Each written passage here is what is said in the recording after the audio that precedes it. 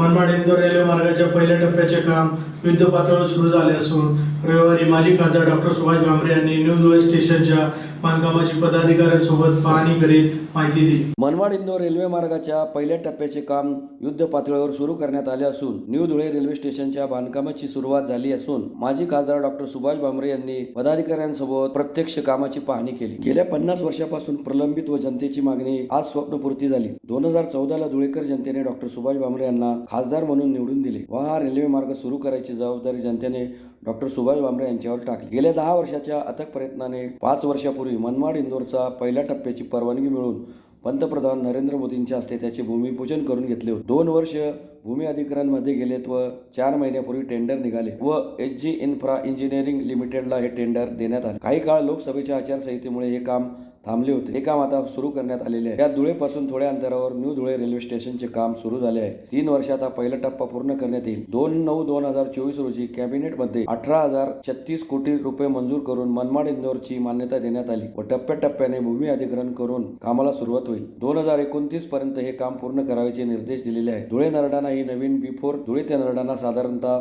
49.45 किमी लांबी आहे आणि EPC मोडवर त्याचं काम सुरू राहील। एकूण 740 कोटी रुपयांचे काम आहे।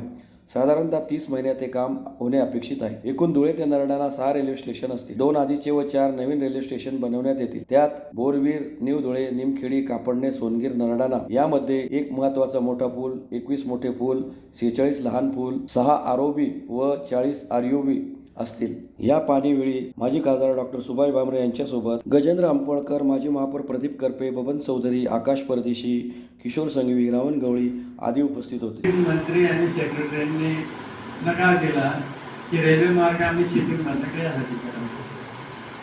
नेक्स्ट अशा वेळेस मी मोदी साहेबांकडे गेलो।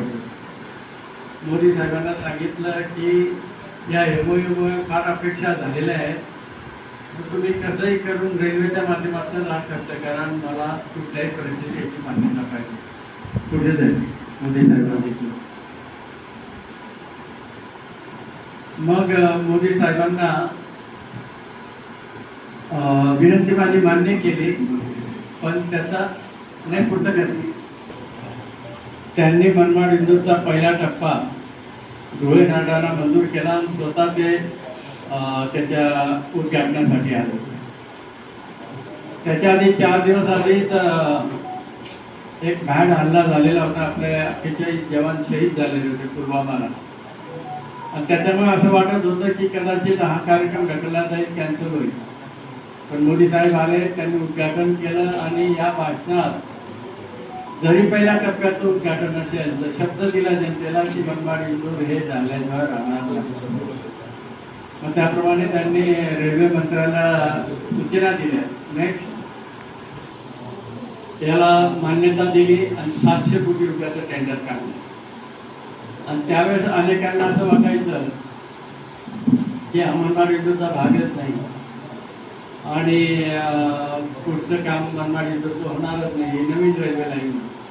मग त्यावेळेस अश्विनीजींना भेटून त्यांना सांगितलं आमच्या जनतेसाठी काहीतरी सांगा, चालू करा।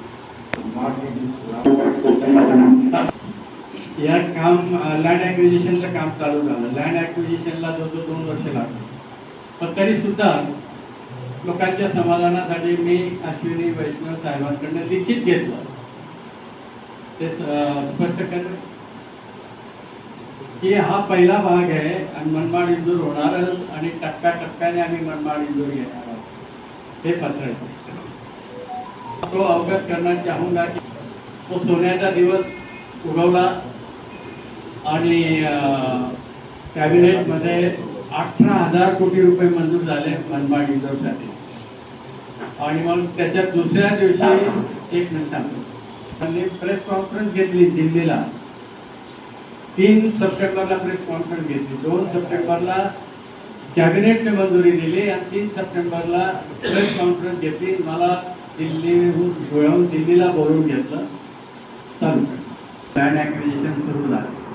लँड ॲक्विजिशनला जो 2 वर्ष लागले आणि मग टेंडर सप्टेंबरमध्ये निघाले। त्याच वेळेस लोकसभेचं इलेक्शन चालू झालं आणि त्याच्यामध्ये थांबलेलं होतं, आता काम चालू झालं।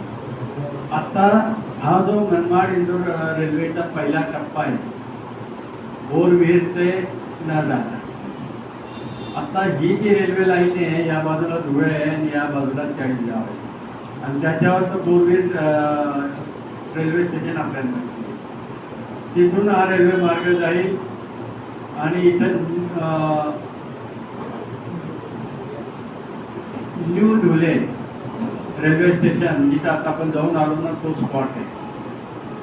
मग ही पुढे पांढरा नदी जाते, तिथं मोठा पूल येईल. मग निमखेडी आहे, निमखेडीला रेल्वे स्टेशन बाहेर. मग तिथून कापडणे रेल्वे स्टेशन बाहेर. पुढे सोनगीर रेल्वे स्टेशन बाहेर आणि पुढे नरडाणा. म्हणजे धुळे सेंट्रल रेल्वेवर आहे आणि हा नरडाणा वेस्टर्न रेल्वेवर.